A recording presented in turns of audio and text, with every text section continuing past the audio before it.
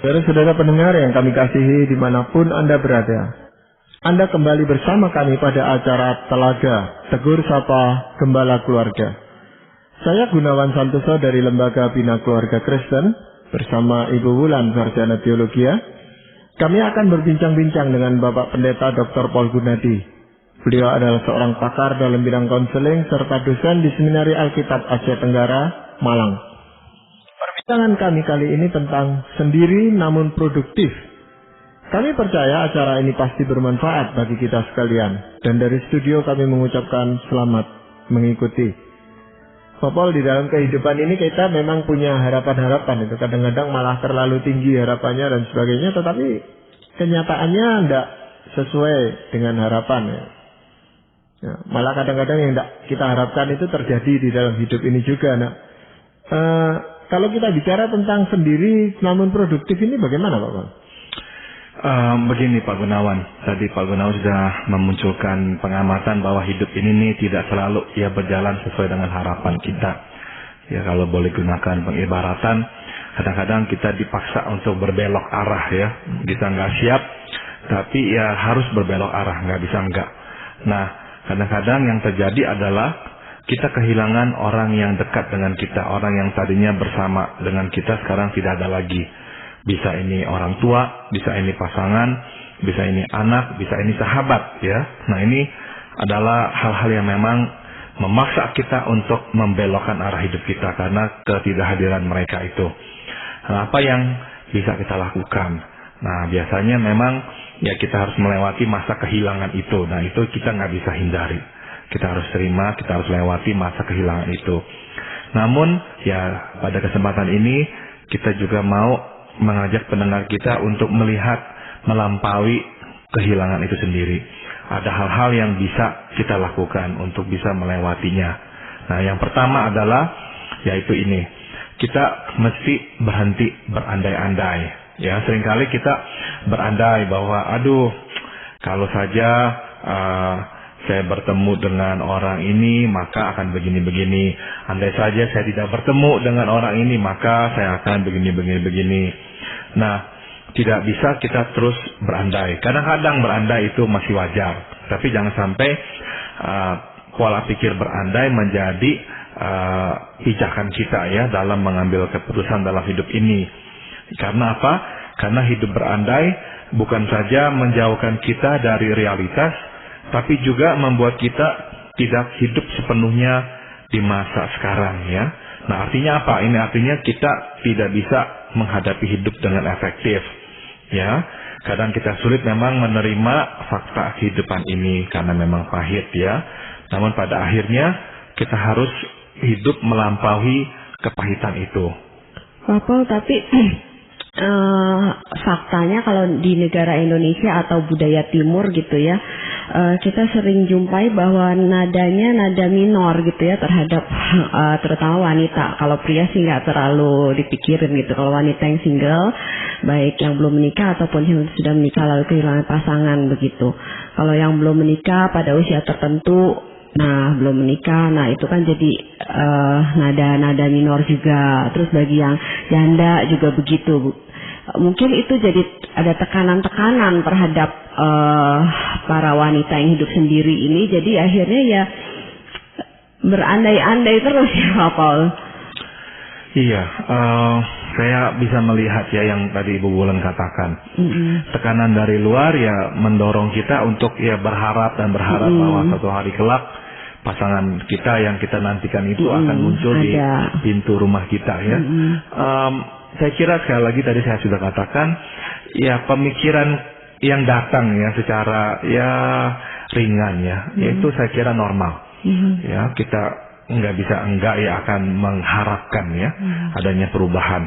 Namun sekali lagi ya nggak bisa kita akhirnya dihalangi oleh pemikiran berandai ini. Kita harus melampaui andai kata. Enggak. Andai kata akhirnya memindahkan kita dari realitas masuk ke dalam dunia khayali. Nah, kita harus kembali lagi ke dunia realitas bahwa memang tidak ada. Ya, memang sudah tidak ada. Nah, kita nggak lagi ya berpikir nanti kalau ada bagaimana. Oh ya tidak. memangnya kita misalkan belum mempunyai pasangan hidup, ya udah, memang kita terima sekarang ini belum ada pasangan hidup. Saya teringat ada seseorang pernah bertanya kepada saya, ya, kebetulan seorang wanita bertanya, apakah saya akan menikah nanti? Apakah saya akan mempunyai pasangan hidup nanti? Ya, saya bilang, saya tidak tahu jawabannya, ya.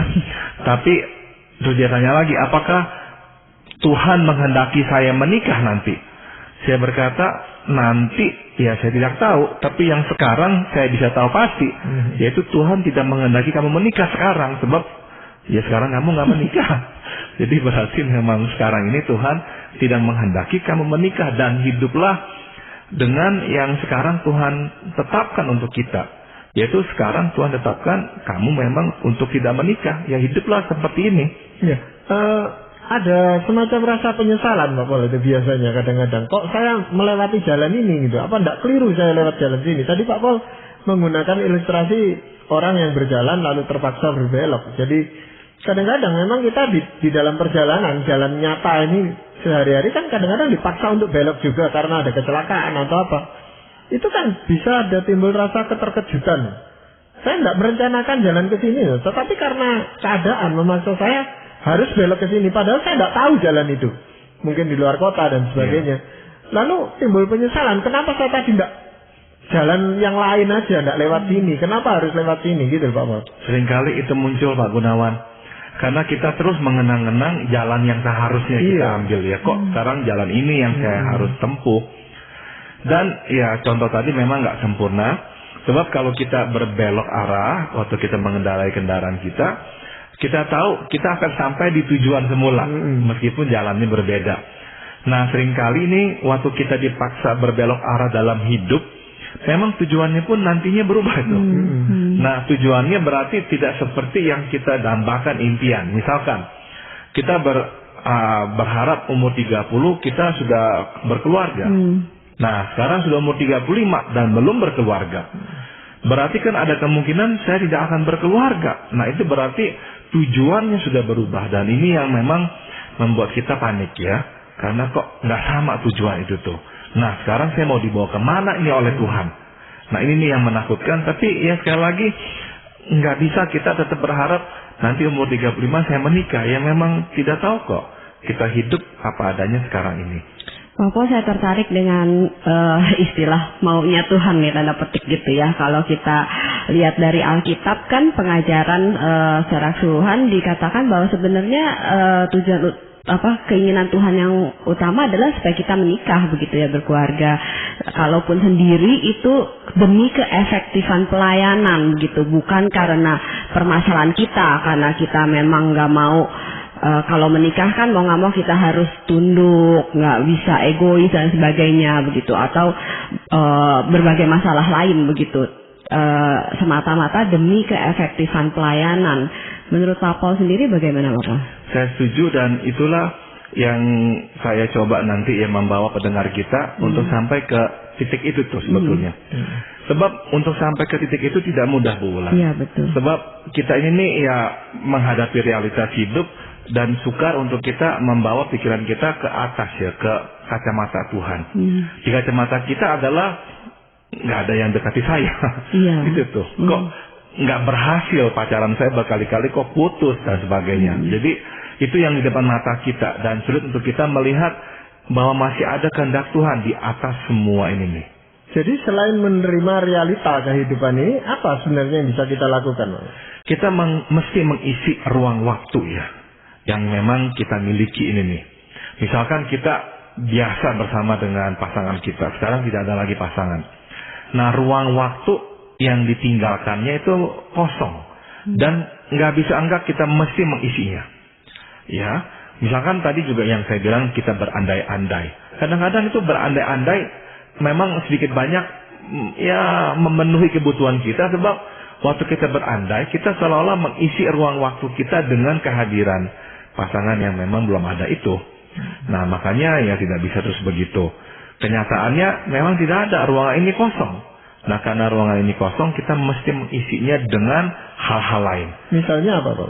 banyak hal yang bisa kita lakukan ya. Misalkan kalau masih ada waktu kita bisa bersekolah kembali, kita bersekolah. Kita masih ada waktu untuk misalkan mengikuti keterampilan musik yang kita belum pernah kuasai sebelumnya, kita lakukan itu. Kita belum pernah berkunjung ke daerah-daerah wisata yang lain, sekarang kita pergi, kita isi waktu itu. Jadi memang mesti kreatif, mesti berani mengambil risiko, mesti melangkah keluar, mesti begitu. Kalau seandainya ruang kosong itu dibiarkan kosong, apa yang terjadi? Wah, biasanya memang kita akan makin tenggelam dalam kegelapan pikiran kita ya. Kita benar-benar terasa, aduh, saya sendirian, saya tidak akan kemana-mana, saya makin akhirnya putus asa dengan hidup ini. Pak Paul, itu di hadapan Tuhan nggak apa-apa ya, tanda kutip, maksudnya kayak tadi saran-saran Pak Paul misalnya mengisi ruang waktu itu dengan bersekolah dan lain sebagainya begitu. Orang kan sering mempertanyakan motivasi di balik itu begitu Pak Paul. Saya kok melihat Tuhan itu tuh ini ya, mudah dan mau mengerti kita. Meskipun motivasi kita sekolah bukanlah sungguh-sungguh mau mendapatkan ilmu apa, enggak jadi soal. Saya percaya Tuhan mudah dan mau mengerti kondisi kita, bahwa Dia mengerti kita mau mengisi ruang waktu yang kosong ini nih. Dan Dia akan izinkan kita untuk melakukannya, dan Dia akan berkati dan Dia akan tolong kita sehingga bisa mengisi kembali ruang waktu itu tuh. Nah, ini yang saya perhatikan tentang cara Tuhan bekerja ya. Iya, biasanya orang malah enggan untuk melakukan hal-hal seperti itu, Bapak. Dia lebih banyak merenungi nasibnya sendiri. Kesedihannya itu. Tadi saya singgung bahwa pada awalnya itu wajar ya, kita memang akan menangisi meratapi kehilangan kita. Tapi setelah satu titik tertentu memang kita harus melampaui kepahitan itu. Sebab kalau tidak, ruangan ini tetap kosong, dan semakin kosong, akhirnya yang kosong itu makin membesar dalam hidup kita. Iya. Nah, untuk bisa mengisi itu dengan sesuatu hal yang memang berguna bagi kehidupan ini, apa yang bisa kita lakukan? Kita harus buat rencana, Pak Gunawan. Jadi dengan kata lain, ini suatu usaha yang terkoordinir, yang terencana dengan penuh kesadaran. Kita nggak bisa hanya lihat dan nanti bagaimana, enggak. Jadi setelah kita berhasil melampaui ya kehilangan kita itu tuh, kita mesti mulai memikirkan rencana. Misalnya 5 tahun mendatang kita ingin melakukan apa. Nah, susun dulu untuk 5 tahun itu. Setelah 5 tahun lewat, susun lagi untuk 5 tahun berikutnya. Misalkan seperti itu. Kalau masih belum bisa susun untuk 5 tahun, susun untuk 1 tahun dulu. Kalau belum bisa untuk 1 tahun, 6 bulan dulu. Pokoknya buat rencana dan coba ya untuk penuhi target kita itu. Iya. Bapak, di dalam penyusunan rencana itu sebenarnya apakah bisa dilakukan sendiri atau kita melibatkan orang lain atau butuh bantuan orang lain, bagaimana? Kira-kira sih memang perlu orang lain ya Pak Gunawan ya. Karena apa ya? Karena pada saat-saat sendiri itu tuh kita kehilangan tenaga ya untuk memulai apa-apa. Nah, kita perlu uluran tangan sesama ya untuk bisa memberikan kita dorongan ya. Waktu kita rasanya nggak ingin melakukan apa-apa, nah teman atau sahabat bisa berkata, yuk lakukan, yuk kamu begini, yuk. Dia masih memberikan perhatian. Nah, itu akan seolah-olah memberikan kita pinjaman kekuatan. Ya, karena seringkali orang merasa trauma dengan masa lalunya itu Pak Paul. Nanti saya rencanakan, nggak taunya belok lagi, celaka lagi gitu loh. Seringkali ya masa lampau itu memang menjadi ingatan yang menakutkan kita ya. Jadi kita nggak mau lagi jatuh atau mengalami kesedihan yang sama ya. Tapi bangunlah persahabatan, itu salah satu prinsip yang harus kita pegang. Dan yang lebih realistik adalah bersahabat dengan sesama rekan yang juga hidup sendiri ya.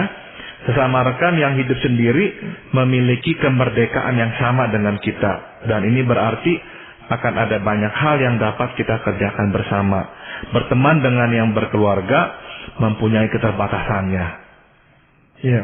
Jadi ini mungkin ada kaitannya juga merasa senasib gitu Pak Paul ya. Iya. Jadi sama-sama menempuh kehidupan ini lagi gitu. Betul. Meskipun waktu kita bersahabat dengan yang seperti kita ya, sama-sama sendirian, mungkin masih ada rasa sedikit takut kalau dia nanti yang ada pasangan. Nah, kita akan ditinggal lagi, yang tadi seperti Pak Gunawan katakan. Jadinya, pengalaman ditinggal sendiri lagi itu akan muncul lagi, menakutkan kita, takut kita luka. Nah, kadang-kadang hal ini membuat kita rasanya enggan ya, memulai persahabatan. Tapi nggak apa-apa, nikmati selama masih dinikmati. Kalau memang dalam rencana Tuhan, teman kita itu diberikan pasangan hidup dan nggak sendiri lagi, ya sudah, memang kita akan kehilangan dia, tapi ya nggak apa-apa, kita masih cari lagi nanti yang seperti kita lagi.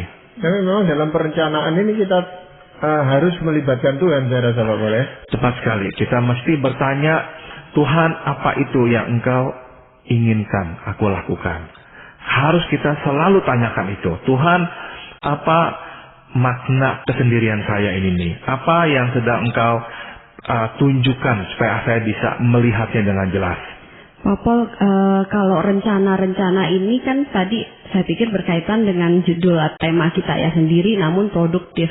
Kan merencanakan sesuatu supaya ada hasil kan nanti kelak. Jadi kita dalam sendirian itu nggak sia-sia gitu, produktif. Nah, saya ingin tanya definisi dari produktif itu, apakah kita harus menghasilkan sesuatu begitu, ataukah penting juga internal kita gitu, semakin menjadi matang, semakin menjadi dewasa? Bagaimana menurut Pak Paul? Oh, itu betul sekali Bu Wulan. Jadi produktif, menghasilkan itu nggak selalu ya diukur dengan hal-hal yang terjadi di luar kita ya, tapi juga yang terjadi di dalam kita ya. Kita melihat diri kita bertumbuh, wah itu tuh memberikan kita kesenangan luar biasa, kebahagiaan tertentu ya. Kok sekarang saya bisa begini, kok sekarang saya bisa begitu, dulu nggak pernah saya pikirkan saya bisa, kok sekarang bisa.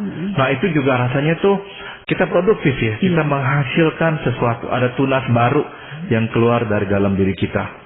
Ya, saya lihat banyak sekali justru yang orang, maksudnya yang sendiri gitu, yang single begitu, banyak yang justru yang tanda kutip aneh gitu, tapi ada juga yang kelihatan justru matang sekali gitu, dewasa sekali gitu, Pak Paul. Betul. Jadi memang akhirnya terpulang pada diri sendiri ya. Kalau dia terus mengurung dirinya, tidak bersahabat, berrelasi dengan orang, ya bisa makin hari makin aneh. Itu betul sekali. Tapi kalau dia mempunyai banyak teman, bersahabat dengan bebas ya, itu akan memperkaya diri dia ya. Sehingga dia nggak sempat hidup untuk dirinya sendiri lagi. Tadi Pak Paul katakan bahwa berteman dengan orang yang berkeluarga itu ada keterbatasannya. Keterbatasan apa Pak Paul ya? Kita nggak bisa misalnya ajak dia untuk pergi sembarang waktu ya, dia harus mengurus anaknya lah, keluarganya lah. Nah, kalau dengan yang sesama single bisa itu. Kita bisa merencanakan pergi kemana dan dia nggak ada beban apa-apa dan dia bisa lakukan itu. Nah, jadi sebetulnya sekali lagi orang yang single mempunyai kesempatan yang tidak dimiliki oleh orang yang berkeluarga. Sebab secara alamiah kita yang berkeluarga memang makin hari makin menyempitkan ruang pergaulan kita. Pak Paul, berkaitan dengan persahabatan tadi, saya mau tanya dari beberapa kali pengalaman berkenalan atau bersahabat dengan orang yang single begitu, kok agak posesif ya Pak Paul? Karena apa ya Pak Paul? Tadi yang saya katakan bulannya itu ada rasa takut loh bahwa nanti rekan kita ini akan bersanding dengan orang, kita akan ditinggal lagi gitu. Nah, ini bersanding nggak harus dalam pengertian menikah ya. Tapi bisa juga dalam pengertian dia mempunyai sahabat lain. Nah, itu tuh menakutkan memang. Karena kesendirian sangat menakutkan. Dan kita nggak mau kita mengalaminya lagi. Kalau kita udah dekat dengan seseorang, kita nggak siap untuk melihat dia nanti meninggalkan kita sendiri lagi. Iya, tapi juga ada kekhawatiran nanti kita dipikir cuman menggunakan kesempatan aja gitu. Jadi kita hanya mau berteman untuk menghilangkan rasa duka kita atau kebingungan kita, ya kesendirian kita gitu Pak. Ada kalanya begitu sehingga akhirnya kita nggak berani ya memulai persahabatan. Karena belum apa-apa kita sudah berpikir, oh nanti orang mengira kita mau memanfaatkan dia saja begitu ya. Nah, katakan kita sudah bisa bersahabat atau bahkan masuk di dalam satu kelompok gitu Pak ya. Apa yang bisa kita lakukan di sana? Saya kira kita mesti ya membuat suatu rencana yang jelas, yaitu kita mau menginvestasikan hidup dan diri kita ini nih pada kelompok ini nih, yang tertentu ini nih. Kita nggak bisa memikirkan seluruh dunia. seluruh kota, seluruh desa, kampung kita. Nggak bisa. Kita hanya bisa memfokuskan perhatian kita pada sekelompok masyarakat. Nah, jadikan ini nih ya seperti lahan garapan kita. Kita fokuskan diri kita di sana. Apa yang bisa kita kerjakan untuk mereka, bantuan apa yang bisa kita berikan, sumbangsi apa yang bisa kita bagikan. Nah, itu yang kita coba lakukan. Tetapi itu kan juga ada risikonya, keterbatasan kita gitu Pak Paul ya. Kalau kita sudah masuk ke sana dan menginvestasikan waktu dan sebagainya, tapi tidak mendapat tanggapan yang positif, itu bisa mengecewakan kita lagi gitu. Betul, kalau itu yang terjadi ya kita mesti mengevaluasi ya, apakah saya di tempat yang tepat, ya, apakah mungkin saya harus cari tempat yang lain yang berbeda dan sebagainya. Misalkan kita berkecimpung di sebuah persekutuan ya, di gereja, kemudian ya itu yang kita lihat, kok rasanya mereka nggak begitu tertarik ya untuk menerima uluran tangan kita. Nah, mungkin kita ya boleh memikirkan tempat yang berbeda. Mungkin di sanalah kita sebagai orang single lebih bisa diterima, dihargai dan dimanfaatkan ya untuk pelayanan. Nah, mungkin itu hal-hal yang kita harus juga pikirkan. Pak Paul, saya sering dengar hamba Tuhan mengatakan, maksudnya bagi orang-orang yang menikah itu adalah orang-orang yang berani begitu ya. Berani dalam pengertian karena itu sekolah seumur hidup, harus tenggang rasa dan sebagainya. Nah, kalau dibandingkan dengan orang yang sendiri, yang single, kan nggak mengalami tanda kutip sekolah seumur hidup seperti itu begitu. Bahkan sering dikatakan udah kelamaan sendiri, dia udah enak nih, segala sesuatu ambil keputusan sendiri dan gak harus tenggang rasa dengan orang lain. Dan akhirnya kalau terjun dalam kelompok tertentu, kelompok yang lainnya, akhirnya seringkali banyak gesekan timbul begitu Pak Paul. Dan banyak masalah begitu. Apakah itu memang mungkin terjadi bulan karena ya kita itu tuh tidak ditaruh dalam suatu tempat yang penuh dengan tekanan ya, intensitasnya tinggi, harus menyesuaikan diri. Kalau kita hidup single tidak ada memang kepaksaan seperti itu. Kalau kita menikah memang ada paksaan itu, dan akibatnya ya kalau kita terbuka ya banyak hal-hal yang tadinya tajam-tajam pada diri kita itu bisa diasah menjadi lebih lunak ya. Kalau kita sendiri karena tidak ada paksaan itu, yang tajam-tajam itu tuh masih tetap bisa mencuat ya, dan melukai orang. Namun sekali lagi ya, Tuhan sangat kaya dan besar, sehingga kalaupun kita sendiri, namun kita mau belajar dan diajar oleh Tuhan, Dia akan sediakan lingkungan dan teman yang bisa akhirnya melunakkan ya sisi-sisi yang tajam dari dalam diri kita itu. Ya, jadi sebenarnya banyak manfaat yang bisa kita ambil melalui kita bergabung di dalam satu kelompok itu Pak Paul ya. Betul. Nah, untuk kedepannya Pak Paul ya, supaya kita ya bisa lebih melengkapi diri kita, agar kalau kita toh harus mengalami hal yang dibelokkan lagi, itu apa yang bisa kita lakukan Pak Paul? Pertama kita harus melebarkan wawasan kita ya Pak Gunawan, yaitu kita melihat tokoh-tokoh Alkitab. Cukup banyak tokoh-tokoh Alkitab itu orang-orang yang lajang sendiri. Tidak dicatat mereka mempunyai pasangan hidup. Misalnya Elia, Elisa, Tuhan Yesus sendiri, dan Rasul Paulus yang jelas-jelas juga mengatakan dia hidup sendiri. Jadi cukup banyak tokoh-tokoh Alkitab dipakai Tuhan luar biasa, dan mereka sendiri. Nah, jadi yang saya ingin tekankan adalah bahwa kita meskipun sendiri, kita tetap bisa produktif dalam pengertian kita tidak harus hidup untuk diri kita. Kita masih bisa hidup untuk orang lain, untuk kelompok kita, dan sudah tentu untuk Tuhan. Jadi berkat ya. Betul. Iya. Apakah dalam hal ini Tuhan Yesus mengatakan sesuatu gitu Pak Bang? Saya akan gunakan ini nih Pak Gunawan. Kisah orang kaya yang bodoh itu ya, mengumpulkan hartanya di lumbung. Nah, Tuhan katakan apa? Hai orang bodoh, pada malam ini juga jiwamu akan diambil daripadamu, dan apa yang telah kau sediakan, untuk siapakah itu nanti? Nah, saya ingin meninggalkan pertanyaan Tuhan ini nih kepada kita semua yang masih single, yaitu untuk siapakah hidup saya ini? Untuk siapakah hidup saya ini? Memang saya sendiri, tapi untuk siapakah saya hidup? Nah, kita mau katakan hidup ini saya akan berikan kepada Tuhan dan kepada sesama kita, ya. Jadi kita nggak hidup untuk diri sendiri. Ya, Bapak, contoh konkretnya di dalam kita itu menyerahkan kehidupan ini untuk Tuhan. Apakah itu harus terlibat di dalam hal-hal yang rohani gitu, Bapak? Tidak. Jadi terlibat ini luas sekali, ya. Sudah tentu hal-hal yang rohani menjadi bagian darinya. Tapi setelah itu secara sosial, ya, secara kultural, dalam hal seni atau apa kita bisa terlibat. Oh, silahkan. Karena semua adalah objek-objek penerima berkat dari kita sebetulnya. Dan kita mau bagikan berkat itu kepada mereka. Iya, jadinya kalau kita sudah melewati masa pembelokan dan sebagainya yang tadinya kurang menyenangkan, itu kita juga bisa melihat ke belakang bahwa itu sesuatu yang indah, Bapak. Biasanya begitu, Pak Gunawan.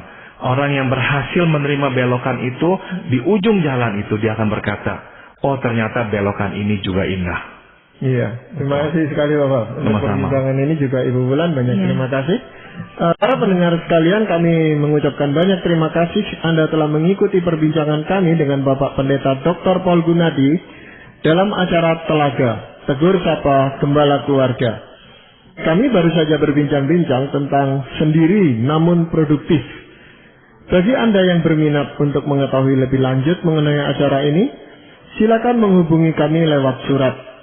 Alamatkan surat Anda ke Lembaga Bina Keluarga Kristen atau LBKK, Jalan Cimanuk 58, Malang. Anda juga dapat menggunakan email dengan alamat telaga@indo.net.id.